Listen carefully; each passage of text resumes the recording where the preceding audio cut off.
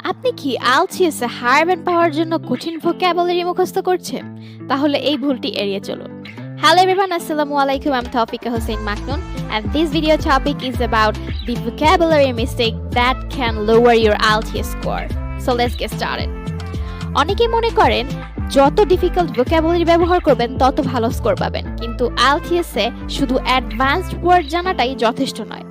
আপনাকে সেই শব্দগুলোর সঠিক কনটেক্সট, সঠিক প্রোনাউন্সিয়েশনের সঙ্গে স্বাভাবিকভাবে ব্যবহার করতে জানতে হবে।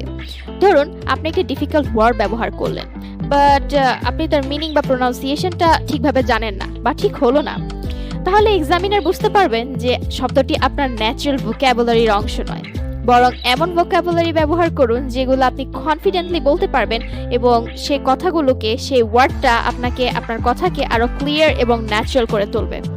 মনে রাখবেন, IELTS এক্সামিনার আপনার ভোকাবুলারি কোয়ালিটি এবং অ্যাকুরেসি মূল্যায়ন করে, শুধু কোয়ান্টিটি নয়। তাই ভোকাবুলারি মুখস্থ করার আগে শিখুন কিভাবে সেই শব্দগুলোকে বাস্তবে কথোপকথনে ব্যবহার করতে হয়। Natural English is always more powerful than forced English. So comment করে জানাতে পারেন আপনি প্রতিদিন কি নতুন ভোকাবুলারি শিখেন, নাকি আগেও এই শব্দগুলো প্র্যাকটিস করার চেষ্টা করেছেন।